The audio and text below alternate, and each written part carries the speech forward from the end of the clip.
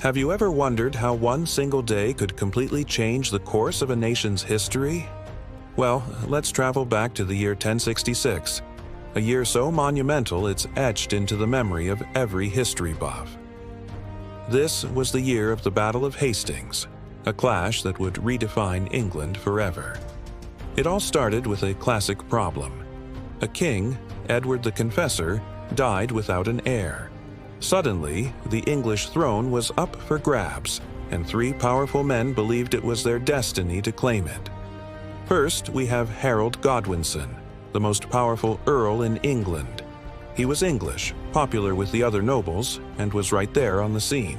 He was crowned king almost immediately after Edward's death. But his crown sat uneasily on his head because two other contenders were getting their armies ready. Across the English Channel was William, the formidable Duke of Normandy. William claimed that the previous king, Edward, had promised him the throne years ago. And even more, he alleged that Harold himself had sworn an oath to support his claim. To William, Harold wasn't just a rival, he was an oath breaker.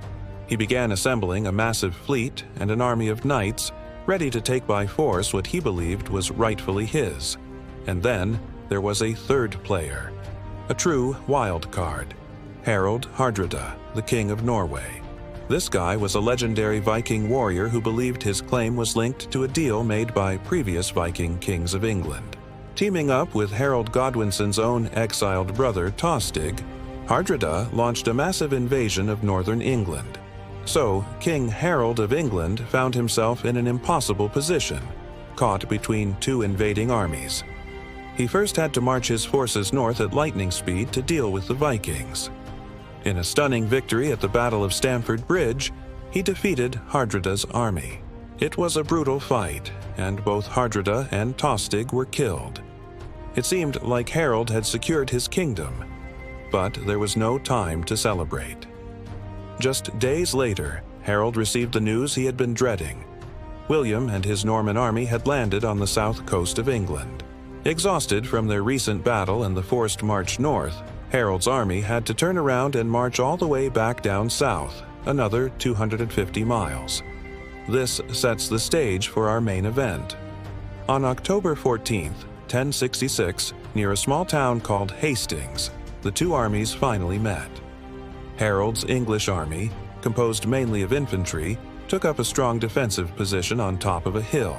They formed a tightly packed shield wall, a near impenetrable barrier of shields and spears. It was a brilliant defensive tactic. William's Norman army was different. They had archers, infantry, and most importantly, a force of heavily armed knights on horseback, the medieval equivalent of tanks. The battle began with Norman archers firing volleys of arrows up the hill, but they mostly bounced off the English shields. Then William sent his infantry and cavalry charging up the slope, but they couldn't break the shield wall. The English held firm, pushing the Normans back time and time again. For hours, the battle raged. At one point, a rumor spread through the Norman ranks that Duke William had been killed. Panic started to set in, but William, ever the commander, rode through his troops, lifted his helmet to show his face, and rallied his men, shouting that he was still alive and would win. As the day wore on, William noticed something.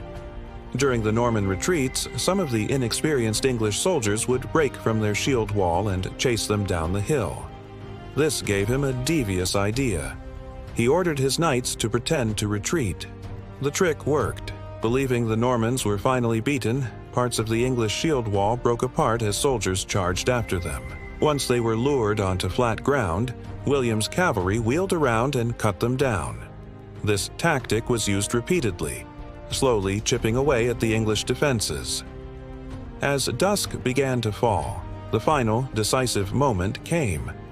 While the exact details are debated by historians, it's widely believed that King Harold Godwinson was struck in the eye by a stray arrow and then cut down by Norman knights. With their king dead, the English resistance collapsed. William, the Conqueror, had won. He marched to London and was crowned King of England on Christmas Day, 1066. The Norman conquest was complete. This single battle introduced a new ruling class, a new language, French, which blended with Old English to create the language we speak today, and a new style of architecture, like the castles that still dot the English landscape. The Battle of Hastings wasn't just a battle for a crown, it was the birth of modern England. Thank you so much for joining me on this journey back in time. If you enjoyed this slice of history, please hit that like button, subscribe for more stories, and let me know in the comments which historical event you'd like to explore next. See you in the next video.